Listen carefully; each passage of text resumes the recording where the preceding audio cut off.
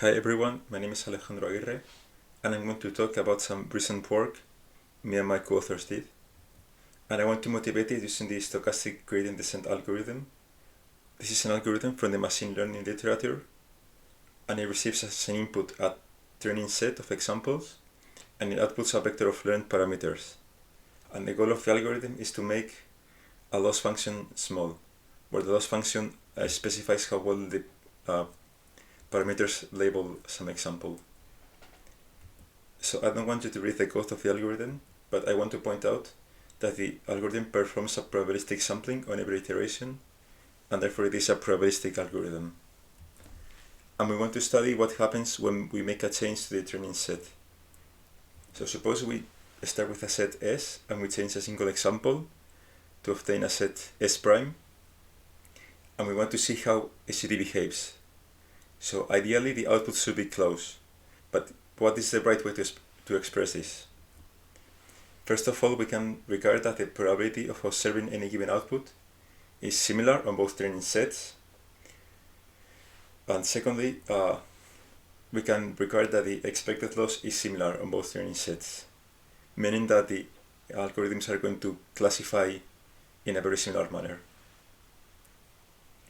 So both of these notions are notions of sensitivity, which is a very wide definition, but it studies how the output of a program reacts when we make a change to the input. So we have a distance d in the input space and a distance d out in the output space. I'm going to say that C is d in the out sensitive if for any pair of inputs x1 and x2, the outputs of the program are going to be closer than the inputs. So some examples of this: if we have a function f going from x to x, we say that f is contractive if it is dx sensitive for some distance dx, and we say that f is L Lipschitz for some constant L if it is dx L times dx sensitive, where L times dx is the distance dx scaled by L. The programs we're going to consider are probabilistic, which means that the outputs can be regarded as probability distributions, and therefore we need to talk about distances between distributions. But we want to find a good notion of distance between probability distributions. We want it to be flexible to accommodate many notions of sensitivity, for instance the two we spoke about before, and we want it to be easy to reason about. And for this we propose the Kantorovich distance. This is a very generic construction that starts from a metric space X equipped with a distance d, and it builds a distance d sharp x over the space of probability distributions dx. So first of all, this is flexible. So for instance, to obtain the first notion of sensitivity, that the probabilities are close, we can choose the discrete metric, which is the metric that assigns distance 0 to equal points and distance 1 to different points. And to achieve the sensitivity notion that the expected outputs are close, we pick a function f going from x to the positive reals, and then we can define a distance in x by mapping x1 and x2 to the absolute difference of f of x1 and f of x2.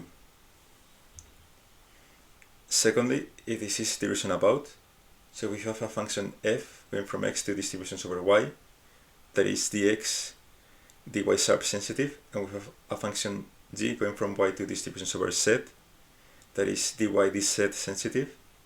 Then the composition of f and g is dx dz sharp sensitive. So we can reason compositionally about programs. I'm going to give a quick intuition about how the Kantorovich distance is defined. Suppose we have two distributions represented by these bar charts, and suppose these bar charts are made of sand, and we want to rearrange the sand in the chart in the left until it matches the one on the right. So here we have to pay for moving sand, and the amount we have to pay is the amount we move times the distance we move it. So for instance, here we move 0.1 at distance of 1, and here we move 0.05 at distance of 1, and 0.05 at distance of 2. So the total cost is the sum of these individual costs. And the shortest rearrangement, meaning the rearrangement with the smallest cost, is the Kantorovich distance.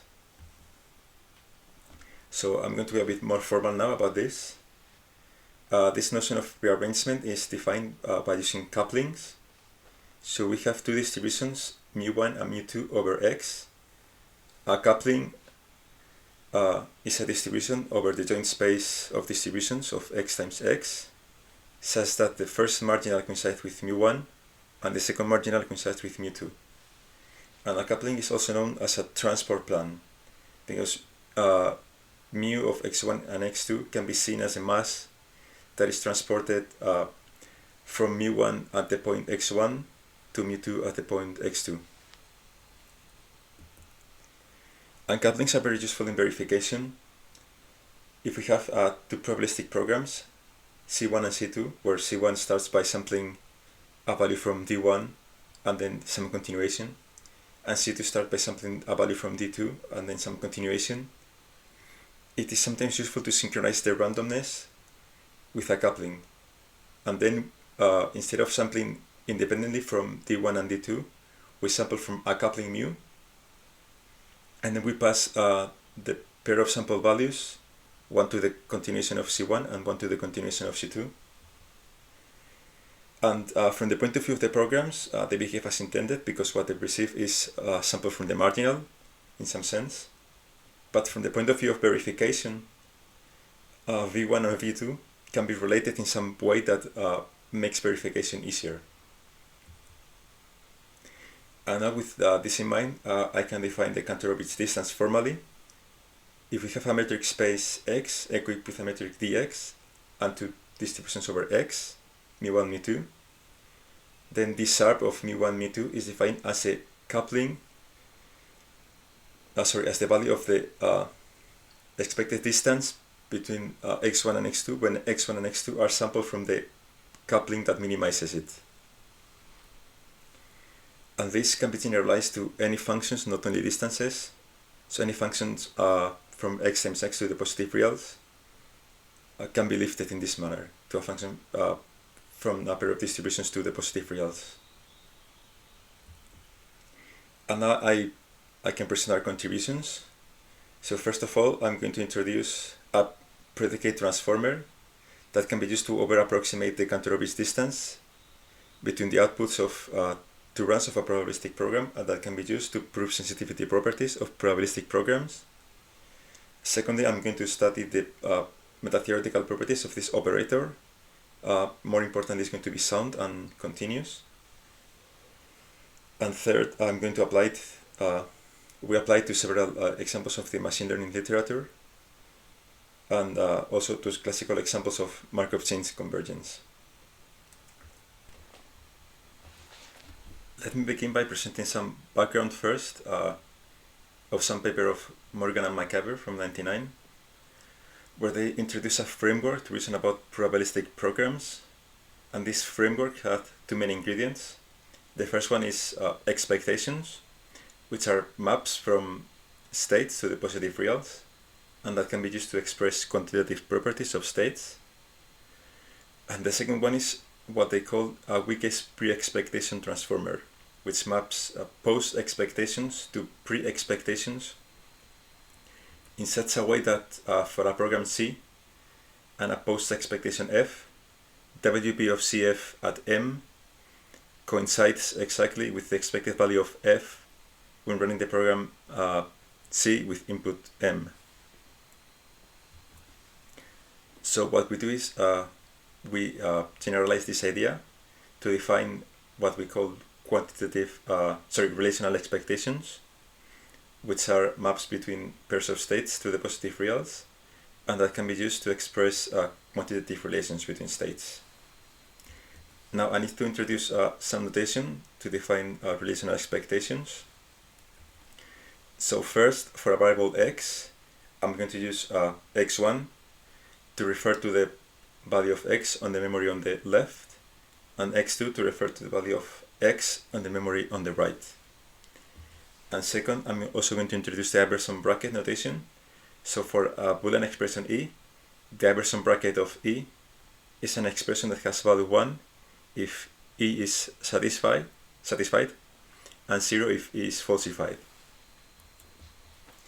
And for instance, if I want to define a relational expectation counting the number of differing variables between two states, I can do this by defining this sum of the Iverson brackets of the inequality x1 different to x2 for every variable x. And now once these relational expectations are defined, I can also define the weakest relational pre-expectation transformer, which is a predicate transformer that sends a post-expectation Q to a pre-expectation CQ in such a way that RPE of CQ for a pair of memories M1 and M2 coincides exactly with the Kantorovich distance defined by Q between the output distributions of C when running it with initial memory M1 and C when running it with initial memory M2. In other words, this predicate transformer guarantees that C is RPE-CQ Q-sharp sensitive. So this looks very nice, and it is nice, but it has one problem, which is that it does not compose well. So for instance, the weakest pre-expectation transformer, or the weakest precondition transformer, satisfies an equality, which is that the WGP of the composed program C prime is equal to the composition of the WPs of the individual programs C and C prime. But RP does not compose in this way. It does only compose using inequalities. So the RPE of the composed program is less than or equal to the the individual RPEs.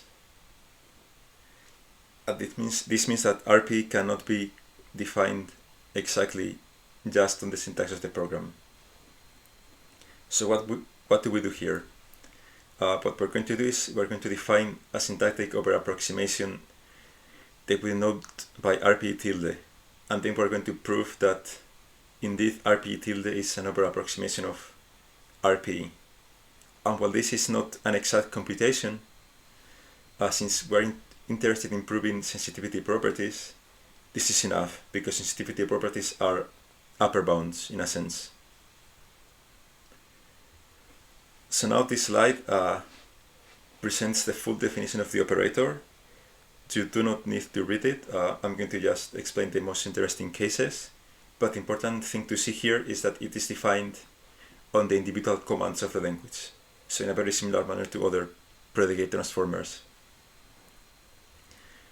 First of all, one important definition is that the RP tilde of C composed with C prime is equal to the composition of the individual RP tildes. So this guarantees that we are going to be able to reason about programs in a compositional way. Secondly, conditionals are a bit more interesting than this because they force asynchronization. What do I mean by this? So the conditional command if E then C else C prime has the following relational pre-expectation. So first of all, if both loop guards are true, then we want this RPE tilde to be equal to RPE tilde of C and E. And recall here that the Iverson bracket makes this expression 1 and the rest of the sums 0. Secondly, if both executions go into the else branch, so when both conditional guards are falsified, then we want the RPE to be equal to the RPE tilde of C prime E. And finally, if they diverge, that is one enters the C branch and the other one enters the C prime branch, then we want to scale the RPE tilde by infinity. And this here may look a bit scary, but the point here is that C and C prime are different programs, and in our setting we cannot reason about the RP of two different programs.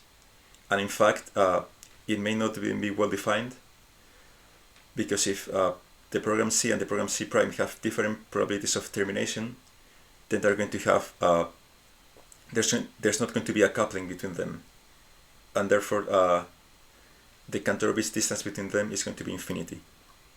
So for this reason, infinity is actually not a bad choice. And then the RP tilde for loops is defined generalizing the idea of conditionals, but here what we use is a least fixed point of an operator, and you do not need to read this because this is a bit hard to compute, and in practice what we use to reason about loops, as with weakest preconditions, are invariants. So in our setting, an invariant is something that decreases after iterating the loop. But we need to force still that these iterations are synchronized in some way. So first of all, if the two execution of the program enter the loop, which is when both loop guards are true, then we require that the RP tilde of the loop body C and I is less than I. Secondly, when both executions exit the loop, we require that E is less than or equal to I. And finally, when they diverge, so one iteration enters the loop and the other one doesn't, we scale the invariant to infinity.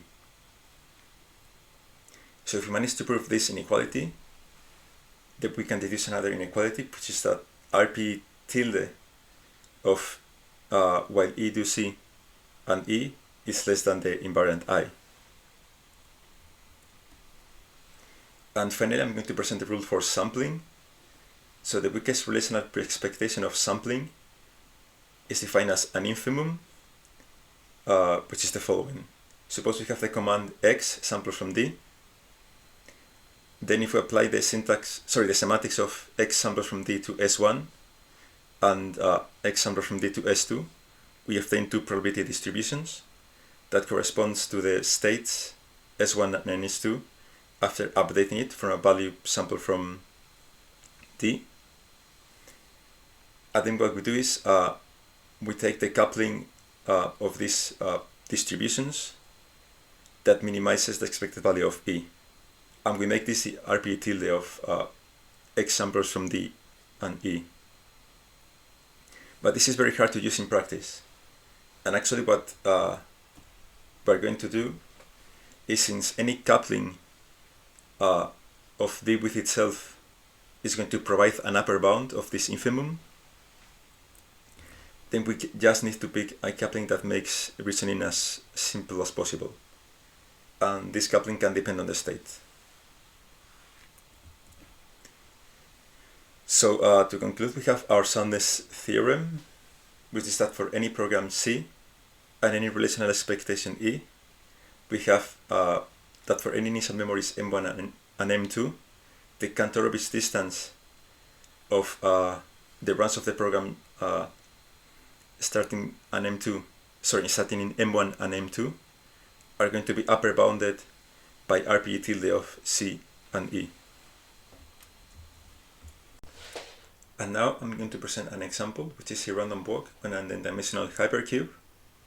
So what this program does is it starts at some position pos, which is some corner of the hypercube, and it runs its main loop capital K times for some constant K. And in each of these iterations, what it does is it chooses uniformly at random between n+1 options, these options being either advancing along one of the adjacent edges to the current position, which are n edges, or it stays in place, which is the n+1 choice. And what we want to show for this algorithm is that it converges rapidly to the stationary distribution of the Markov chain, which is actually the uniform distribution of the corners of the hypercube. But instead of showing this directly, what I'm going to show is that for any two possible initial positions, the distance between these two positions is going to decrease at a rate of n minus 1 over n plus 1 to the kth power. And here th is the Hamming distance, which is the number of different coordinates between two positions. So if I show that the distance between two initial positions decreases rapidly, so they approach each other rapidly, then this also means necessarily that they approach the stationary distribution rapidly. And this, of course, is a sensitivity property because it expresses how the distance changes after running a program. So we can use our calculus to verify this. And the main part of this proof is verifying the loop. And for this we need to do two things. First, we need to pick an invariant, and then we need to show that invariant is actually valid. So for picking the invariant, I'm going to use this invariant I, which I define by parts. So first of all, if the loop indices, small k1 and small k2, are different, then I want the invariant to have the value of infinity. And if the loop indices are equal, then I want the invariant to have the value of dh times a minus 1 over n plus 1 to the power of big K's circle minus k1. And here, circle minus denotes this abstraction truncated at 0. So this subtraction has a value of big K minus k1 if big K is larger than k1 and 0 otherwise. So by the loop rule, what we need to show is that invariant decreases, and this has three cases depending on the loop indices. So first of all, if one execution enters a loop and the other execution exits a loop, then we need to show that the invariant has value of at least infinity. And it does, because if this happens, then the loop indices are necessarily different. And therefore we're in the case of the invariant with different indices, which has value infinity. So then we have proven this case. Secondly, we need to show that if both iterations exit the loop at the same time, then the invariant has, the distance is less than the invariant or equal to the invariant. And in fact, this is also the case, because when this event happens, then the circle minus trivializes to 0. So n minus 1 over n plus 1 to this power of k circle minus k1 is 1, and I is exactly dh. And finally, we have the case in which we actually need to do some work, which is saying that when both executions enter the loop, then the invariant decreases. To be precise, we need to show that it decreases at the rate of n minus 1 over n plus 1, but I'm going just to show that it decreases and give an intuition why. And the key step here is to choose a coupling. And to choose a coupling, I'm going to use a result from probability theory, which says that for any finite set x and any bijection of x onto itself, then M induces a coupling mu of the uniform distribution to itself. And this coupling mu, it ensures that whenever I sample x on one of the sides, I sample mx on the other side. So all we need to do now is we need to find a bijection of the set of n plus 1 elements to itself, and this bijection may depend on the states, and we need to show that this bijection makes the Hamming distance decrease. So I'm going to give some basic notion about how this works. If the Hamming distance is 2 or greater than 2, then what we do is if we pick the option in which we stay in place, then both runs decide to stay in place. And otherwise there's always going to be a way of picking a direction in such a way that the Hamming distance decreases by 2. And here I illustrate this with the case of the 3-dimensional cube, but this works for any number of dimensions. And the second case is the case in which the Hamming distance is exactly 1. And here what we observe is that this means that there is only one coordinate in which both positions differ.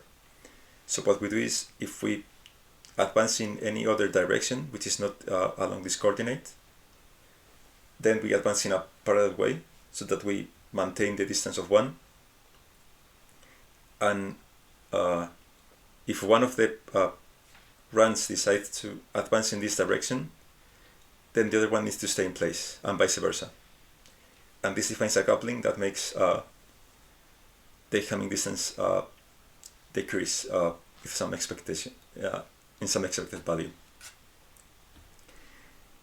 And otherwise, if the h is 0, then we just pick the same direction on both sides, or we choose to stay in place at the same time in both sides. And therefore we maintain the h. So now we have proven the last case of the invariant, and therefore we can apply the loop rule, which is that the RP tilde of the loop and the Hamming distance is less than the invariant. And then the only thing we need to do is we need to initialize the loop index, which is the first instruction of the program, and therefore we can conclude finally that the RP tilde of the random walk in the hypercube and the Hamming distance dh is less than dh times m-1 over m+1 to the k, which is what we wanted to prove. Okay, so to recap, we have introduced a new relational predicate transformer. This transformer receives a distance between outputs and it returns a distance between inputs that guarantees a sensitivity property, and that can be used to reason about the Kantorovich distance between outputs of a probabilistic program. We have shown some meta-theoretical properties of this operator. In particular, we have shown that it provides sound over approximations of the Kantorovich distance. In the paper, we actually show that it is continuous in some cases. And we have applied it to one example of Markov chain convergence, which is the hypercube walk. And in the paper, we also present other examples of convergence of Markov chain. For instance, convergence of car shuffling algorithms.